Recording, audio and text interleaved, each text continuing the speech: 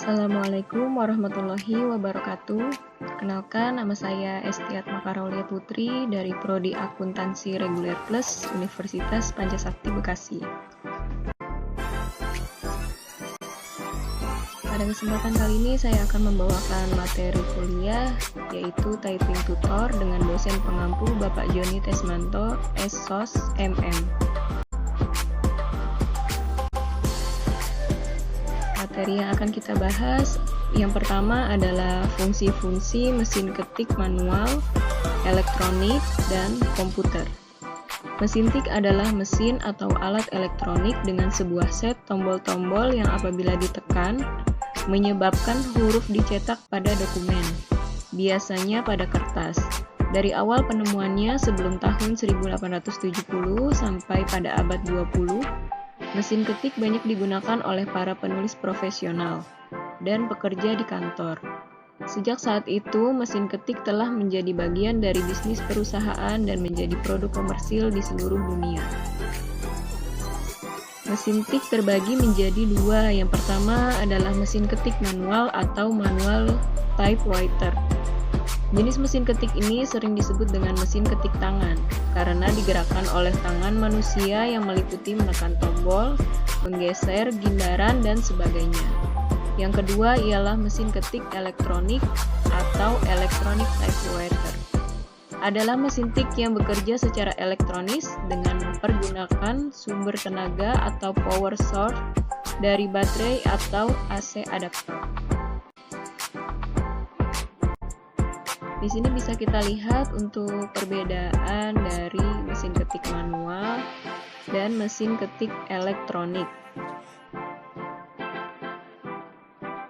Perbedaannya yang pertama ialah pada tombol atau pada touch-nya. Kalau yang manual biasanya kita perlu menggunakan tenaga, kalau elektronik seperti komputer ya, lebih mudah penggunaannya. Selanjutnya kita masuk kepada materi komputer. Komputer atau istilah komputer berasal dari kata Latin computare, yang artinya menghitung. Pengertian komputer adalah perangkat elektronik yang dapat diprogram yang menerima data mentah sebagai input dan memprosesnya dengan sekumpulan instruksi atau program untuk menghasilkan hasil sebagai output. Fungsi komputer secara umum terbagi menjadi 7. Yang pertama adalah data input. Data input di sini berfungsi sebagai perangkat untuk atau memungkinkan komputer menerima berbagai data atau juga informasi yang berasal dari luar, lalu dimasukkan pada komputer menggunakan berbagai perangkat keras komputer sebagai sarana pendukung seperti keyboard, mouse, dan komponen lainnya. Yang selanjutnya adalah data processing. Data yang bisa diproses bisa bermacam-macam sehingga nanti hasilnya bisa didapatkan sesuai dengan keinginan. Contohnya saja seperti teks, lalu gambar, suara, video, dan lain-lain. Pengolahan data ini diproses melalui prosesor yang terdapat pada CPU. Fungsi dari prosesor itulah yang membuat komputer dapat menjalankan berbagai macam pengolahan data. Yang selanjutnya adalah data storage. Fungsinya adalah sebagai penyimpanan semua data yang telah dibuat sebelumnya. Yang selanjutnya adalah data output. Fungsinya bisa menghasilkan data yang masih mentah menjadi data jadi. Dan fungsi selanjutnya adalah fungsi dalam bidang bisnis. Perkembangan sistem informasi akuntansi membuat sejumlah perusahaan mulai menggunakan komputer untuk mengerjakan berbagai perhitungan di dalam bisnisnya. Contohnya saja ada perangkat lunak aplikasi khusus dalam bisnis, yaitu software akuntansi. Yang selanjutnya adalah fungsi pendidikan. Saat ini sistem ujian sekolah sudah menggunakan komputer sebagai sarana dalam menyelenggarakan ujian. atau berbasis UNBK telah menjadi istilah umum untuk anak-anak sekolah di era sekarang. Terlebih lagi, sekarang lebih banyak pembelajaran secara online, dan itu pastinya akan menggunakan berbagai macam alat komputer ataupun handphone. Yang selanjutnya adalah sebagai fungsi hiburan dan informasi. Komputer pada saat ini juga digunakan sebagai sarana hiburan dan informasi. Bisa kita dapatkan untuk menonton film, mendengarkan musik, bermain game, sampai mendapatkan informasi juga dilakukan menggunakan komputer yang terhubung dengan jaringan internet. Khususnya untuk jaringan internet, kita bisa mendapatkan berbagai macam informasi yang sesuai dengan keinginan kita. Begitu juga dengan film, lalu musik, bisa kita akses melalui situs YouTube dan berbagai situs sosial media lainnya.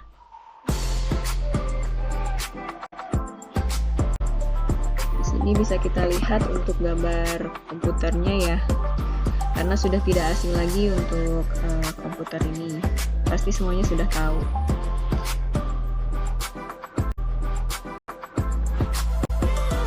Baik, selanjutnya kita masuk kepada teori tentang penempatan jari pada basis saat mengetik. Penempatan jari pada tombol keyboard menjadi salah satu kunci seseorang mampu mengetik dengan jari.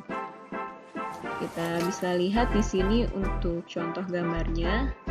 Di bagian kiri jari kelingking itu ada huruf A, Q, Z, angka 1, tombol shift, tab, dan caps lock. Yang selanjutnya adalah jari manis.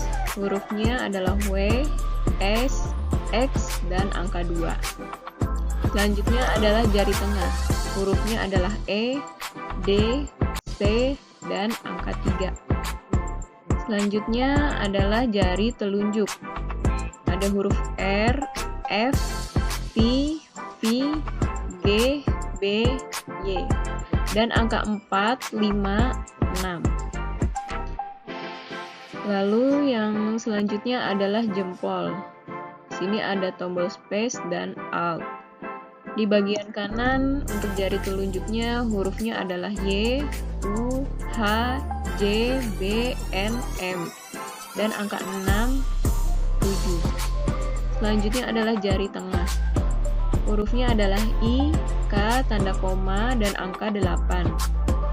Selanjutnya adalah jari manis. Hurufnya adalah L, O, tanda titik, dan angka 9. Untuk yang keempat adalah jari kelingking. Terdiri dari huruf P, tanda titik koma, dan tanda miring. Dan yang terakhir adalah jempol. Sama seperti bagian kiri ya, untuk yang kanan juga jempol sebagai untuk tombol space dan alt.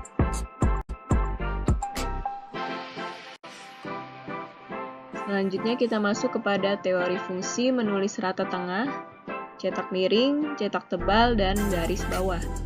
Rata tengah biasanya digunakan untuk menulis judul, quotes, dan beberapa kalimat atau paragraf yang ingin ditonjolkan oleh penulis. Tombol keyboard untuk membuat rata tengah adalah kombinasi Ctrl plus E. Yang selanjutnya adalah bold, cetak tebal, lalu italic, cetak miring, dan underline atau garis bawah. Adalah 3 jenis perintah pemformatan karakter populer dari Microsoft Word yang terletak pada menu ribbon Home. Di sini bisa kita lihat untuk perintah dan ikonnya. B ini maksudnya adalah bold. Bold adalah perintah pemformatan tingkat karakter yang berfungsi untuk menebalkan huruf. Shortcutnya bisa menggunakan Ctrl plus B. Lalu yang kedua adalah I atau italic. Italic adalah perintah pemformatan tingkat karakter yang berfungsi untuk memiringkan huruf. Shortcutnya bisa kita gunakan adalah Ctrl I. Lalu yang selanjutnya adalah underline. Underline adalah perintah pemformatan tingkat karakter untuk memberikan garis bawah pada huruf. Shortcut-nya bisa kita gunakan adalah Ctrl+U.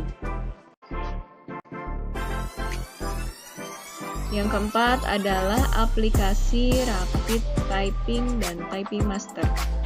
Rapid Typing adalah sebuah program yang ditunjukkan untuk para pengguna yang ingin meningkatkan keahlian mengetik. Rapid Typing memiliki antarmuka yang sederhana, namun indah dan mudah digunakan. Biasanya semakin tinggi levelnya, semakin sulit juga latihan yang diberikan dan letak huruf-huruf di dalam papan tombol tersebut. Ketika Anda menyelesaikan setiap latihan, kecepatan dan tingkat akurasi Anda akan ditampilkan sehingga Anda bisa mengetahui seberapa bagus untuk mengetik, lalu mengalami peningkatan atau tidak.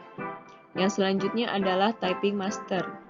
Typing Master adalah alat bantu sempurna bagi mereka yang ingin belajar mengetik dalam cara yang tepat dan nyaman. Sistem pengajaran dan pembelajaran yang diterapkan oleh Typing Master disebut Touch Typing.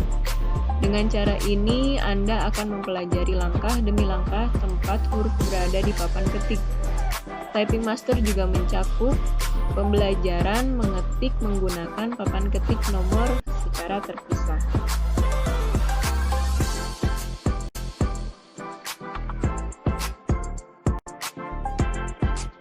Baik, kesimpulan dari apa yang saya jelaskan menurut saya adalah pada era modern seperti sekarang ini, teknologi versi lama itu sudah banyak yang diperbaharui. Tentunya seiring dengan berjalannya waktu dan disesuaikan dengan perkembangan zamannya. Untuk teknologi versi lama, contohnya saja seperti mesin ketik yang kita bahas tadi, ada beberapa yang masih menggunakannya meskipun tidak banyak ya. Dan teknologi versi lama dengan terbaru memiliki fungsi yang sama. Mesin ketik dan komputer sama-sama digunakan untuk mengetik sebuah dokumen atau data-data. Namun untuk komputer diciptakan dan dikembangkan menjadi lebih canggih dan lebih unggul dibandingkan dengan mesin ketik. Baik, itu saja yang bisa saya paparkan dan saya jelaskan.